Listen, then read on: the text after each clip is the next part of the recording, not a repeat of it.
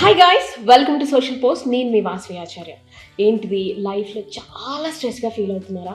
Relationship అనేది చాలా హార్డ్గా అనిపిస్తుందా? ఎక్కడెక్కడో ఉన్న వ్యక్తులతో మాట్లాడితే ప్రశాంతంగా అనిపిస్తుందా? ఇది తప్పు. ఎస్, ఇది తప్పనే చెప్తున్నారు. ఎవరు చెప్తున్నారు? రజిత మేడం చెప్తున్నారు. Hello ma'am. Hi Vasavi. Hi ma'am. Thank you so much. ఎంత బ్యూటిఫుల్ స్మైల్తో వెల్కమ్ చేశారు. Mutually you look so beautiful. Thank you so much ma'am. నేను ఒక క్రింజ్ క్వశ్చన్ అడుగుతాను ఇప్పుడు మిమ్మల్ని. ఎంటర్టైన్మెంట్కి మాత్రం అమ్మాయి అలా ఉండాలి, ఇలా ఉండాలి, అమ్మాయి అటు రావాలి, ఇటు రావాలి, షార్ట్ వేసుకోవాలి, క్లీవేజ్ ఉండాలి. వన్స్ పెళ్ళి అయిన తర్వాత 6 తర్వాత నీకు బయట ఏం పని? ఇది నాది కదా, అది పబ్లిక్ ప్రాపర్టీ కదా. రెంటెడ్ హౌస్ ని ఎట్లా చూస్తారు, ఓన్ హౌస్ ని ఎట్లా చూస్తారు? సింపుల్.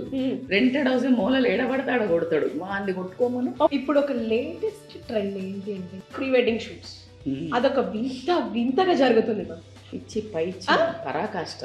కానీ నువ్వు మాత్రం వేరే రిలేషన్షిప్స్ మెయింటైన్ చెయ్యొచ్చు, ఫోన్ లో కావచ్చు. మగవాడి జన్మ హక్కు. దేవునికి ఇద్దరు భార్యలు, ఒక రాజుకి 2 భార్యలు.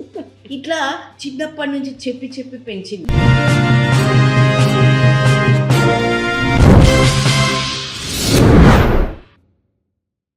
ఇప్పుడు ఒక లేటెస్ట్ ట్రెండ్ ఏంటి అంటే ఇన్స్టాగ్రామ్ లో కానివ్వండి, all social media platforms, pre wedding shoots. అదొక వింతగా జరుగుతుంది మ్యామ్. కొంతమంది పెద్దవాళ్ళు, రెస్పెక్టెడ్ ఎల్డర్స్ ఏం చెప్తున్నారు అని అంటే, కొన్ని పద్ధతులు ఉన్నాయి పెళ్ళికి కానివ్వండి ఏదైనా అని ఒక సైడ్ చెప్తుంటే, ఇంకొక సైడ్ ఏంటి అని అంటే విపరీతం, ఈవెన్ మర్డర్ స్టిల్స్ పెట్టి కూడా ప్రీ వెడ్డింగ్ షూట్స్ చేసుకుంటున్నారు. ఇచ్చి పై పరాకాష్ట. ఇప్పుడు పోస్ట్ చేసుకుంటున్నారు అంటే, ముందు వాళ్ళు రిలేషన్షిప్లో ఉన్నప్పుడు ఫొటోస్ దిగుతున్నారు, పోస్ట్ చేసుకుంటున్నారు, వాళ్ళ రిలేషన్షిప్కి వాళ్ళు రెస్పెక్ట్ ఇస్తున్నారు. ఆఫ్టర్ మ్యారేజ్ మరి ఆ ఫొటోస్ ఏదైనా చిన్న ఇష్యూ వచ్చిన తర్వాత తీసి పడేస్తున్నారు. అంటే మీరు రిలేషన్షిప్లో ఉన్నప్పుడు ఆ ఫొటోస్ని పోస్ట్ చేయడానికి చూపిస్తున్న ఇంట్రెస్ట్ ఏదైతే ఉందో, ఆఫ్టర్ మ్యారేజ్ రిలేషన్షిప్ని కాపాడుకోవడంలో ఎందుకు పెట్టడం లేదు? అదొక పవిత్ర బంధం అని మీరు ఎందుకు మర్చిపోతున్నారు? అసలు దీని మీద మీరేమని చెప్తారు? ఈ అమ్మాయి చాలా ఎప్పుడు పాతకాలంలో పవిత్ర బంధం బాగా హెవీ డైలాగులు వాడుతుంది. ఎందుకంటే నిజంగా కూడా బ్యూటిఫుల్గా మీరు చెప్పింది పవిత్ర బంధమే. కానీ అది ఎప్పుడెప్పుడో వినిపించినట్టు అనిపిస్తుంది కాబట్టి ఇట్స్ లిటిల్ హర్టింగ్. కాబట్టి నేను ఐ మేడ్ ఇట్ యాజ్ అసలు వానిష్ అయిపోయింది మేడం ఆ వర్డ్ కూడా. వర్డ్ అది నిజంగా కూడా వానిష్ అయిపోయింది. సో ఎందుకు అంటే, ఫస్ట్ ఆఫ్ ఆల్ మీరు అడిగిన వెడ్డింగ్ షూట్స్కి అయితే నిజంగా కూడా చాలా వర్స్ట్గా చేస్తున్నారు. ఆ బురదలో బుర్లుకుంటారు. డ్రైనేజెస్ దగ్గర కూడా మేము దానికి ఒక ట్యాగ్, కపుల్ గర్ల్స్ అని ట్యాగ్. అసలు అంటే ఇక అది వాళ్ళ గురించి మాట్లాడుకోవటం అనేది ఇక మనం అనవసరంగా వాళ్ళకి వెయిటేజ్ ఇవ్వటం తప్పించి ఏం లేదు. అది చాలా నీచంగా, అది ఎవ్వరు కూడా మెచ్చుకున్నదైతే లేదు దాన్ని. కాకపోతే ఇఫ్ యు ఆర్ ఇంట్రెస్టెడ్ అంటే, నేను నా ఫ్యామిలీలో చేసింది, నా పాపకు చేసింది అయితే ఇంత మోడర్న్గా రజిత మేడం అంటే, జనరల్గా నా పిల్లల ఫ్రెండ్స్ అడిగింది ఏంటంటే, యువర్ మామ్ లుక్స్ సో ఇట్లా ట్రెండీ, అదేంటి అంత యంగ్గా మ్యారేజ్ చేసింది, చిన్న ఎర్లీగా చేసిన నేను ఇంజనీరింగ్ ఎంబటి అయిపోగానే. అట్లానే ప్రీ వెడ్డింగ్ షూట్ అలౌ చేయలే, పోస్ట్ వెడ్డింగ్ షూట్ చేసుకోమని. నాకు సంబంధం లేదు, మీరు ఎక్కడ ఎలా పట్టుకొని దిగినా నాకు సంబంధం లేదు, నేను రాను కూడా. కానీ ప్రీ వెడ్డింగ్ షూట్ అయితే impossible. I'm so sorry. And నా బ్యూటీ ఏంటంటే, మా పాప కూడా అలాంటిదే, ఇంకా బాబు కూడా అలాంటిదే, కాబట్టి నాకు పెద్ద ఇష్యూ రాలేదు. అంటే they didn't even fought for that. So ఎందుకంటే అది అనవసరం అంత. అంటే నిజంగా కూడా చూడండి ఆ కల్చర్ ఎట్లుంటుందంటే, ఐ డిడ్ అసలు ఈవెన్ థింక్ ఏ పిల్లలు కదా అసలు మా ఇంట్లో డిస్కషనే రాలా. నేనైతే పంపించిన pre wedding shoot, post wedding shoot you can plan. పెళ్ళయ్యాక శుభ్రంగా వెళ్ళిండ్రు, వాడి నాకు సంబంధం లేదు అది. సో ఇక్కడ ఎందుకు చెప్తున్నానంటే, ఆ ప్రీ వెడ్డింగ్ షూట్ అయిపోయిన తర్వాత పెళ్ళి క్యాన్సిల్ అయిన వాళ్ళు చాలా మంది ఉన్నారు. సో ఆ మూమెంట్స్ కానీ, ఆ ఫొటోస్ని, ఆ మెమరీస్ని మీరు రబ్ చేసుకోవడానికి చాలా టైం పడుతుంది.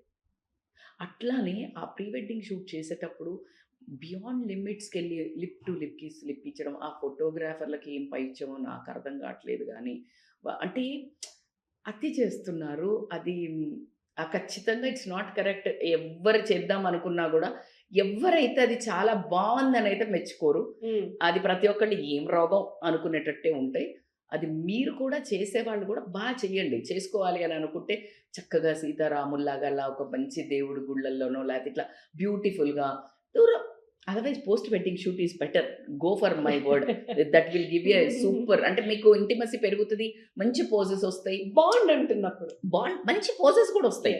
This poses won't come. Like ఎందుకంటే మీ ఇద్దరి మధ్యలో ఎగ్జిస్టెన్స్ ఇంటిమసీ లేదు అంటే కాబట్టి. కొంతమందికి కూడా మ్యామ్ అరే ఇప్పుడు నేను ఇది పెళ్లిలో టెలికాస్ట్ చేస్తే ఎవరైనా చూసి ఏమన్నా అనుకుంటారేమో అని కూడా అసలు ఉంటది. పెద్దవాళ్ళు తలలు దించుకొని, కొట్టుకొని, తల్లిదండ్రి మొహాలు చూసుకుంటూ, ఈ తల్లిదండ్రి సిగ్గుపడాల్సిన వస్తుంది. ఫోటోలైతే ఉన్నాయి. 100% ఉన్నాయి. ఇంకా అది దాని గురించి ఎవరి సంస్కారానికి వాళ్ళకి వదిలేయటం తప్పించి, వీలైతే పేరెంట్స్ పోస్ట్ వెడ్డింగ్ షూట్‌కి ఎంకరేజ్ చేయండి. ఏదో ఒకటి బ్రేక్ చేయండి వాళ్ళను. అంటే అరే మ్యామ్ ఇవన్నీ చేసేది కేవలం రీల్స్ కోసం, హైప్ కోసమేనా? వాలిడేషన్ ఫ్రమ్ ద అంతే. సొసైటీ. హ్మ్. ఆ లైకులు హ్మ్. వేరే వాళ్ళని చూసాము. వాళ్ళతో పాటుగా మేము కూడా ఇలా చేసాము. హ్మ్. లైకులు కొట్టించుకోవడానికి. హ్మ్. కానీ అది కాదు కదా! అసలు Yes. జీవితం అంటే అసలు నీకు ఎందుకు మళ్ళా మీరన్నారు గదా! ఈ ఇంట్రెస్ట్ పెళ్ళైన తర్వాత లేదు. ఉండట్లేదు అని Yes, అన్నారు గదా! exactly. అదే ప్రాబ్లమ్. ఇప్పుడు నువ్వు ఏదైతే ఇది చేసిన తర్వాత నెక్స్ట్ రిలేషన్‌షిప్‌లోకి ఎప్పుడైతే టర్న్ అవుతావో, ఈ రొమాన్స్ ఇదంతా ఉండదు. అది ఫస్ట్ కిటికీలోంచి బయటికి పోయిద్ది. రొమాన్స్ బదులు వచ్చేది ఏంటంటే రెస్పాన్సిబిలిటీ. రెస్పాన్సిబిలిటీ అనంగానే ఏంటంటే పని. పని పంచుకోవడం, పనిని ఉంచడం, డబ్బులొస్తాయి. డబ్బుల లెక్కలు మొదలైతాయి. డబ్బులు ఇవ్వాలి, షాపింగ్ చేయాలి. ఇదంతా స్టార్టింగ్ ఉన్నది నెక్స్ట్ ఉండదు. ఉండదు. ఇప్పుడు మీరు ఒక ఎక్సర్‌సైజ్ చేస్తున్నారు. లేకపోతే ఒక 10 కిలోమీటర్లు వాక్ చేస్తున్నారు. ఫస్ట్ 2 కిలోమీటర్లు ఉన్నంత జోష్ తర్వాత లాస్ట్ 2 కిలోమీటర్లు ఉంటదా? ఉండదు. ఉండదు. ఉండదు. కానీ కమిట్ అయ్యావు కాబట్టి ఆ 2 కిలోమీటర్లు నువ్వు వాక్ చేయాల్సిందే. Yes. అప్పుడే నీకు హెల్త్ వస్తుంది. హ్మ్. అప్పుడే రిలేషన్‌షిప్ నిలబడుతుంది. హ్మ్. అలాగే ఉంటుంది జీవితం. హ్మ్. నువ్వు కమిట్ అయ్యావు అంటే నీకు that romance always turns into relationship. Love అంటే ఏంటి? రెస్పెక్ట్ అని ఎంత అంటున్నారో, రెస్పెక్ట్‌తో పాటు రెస్పాన్సిబిలిటీ.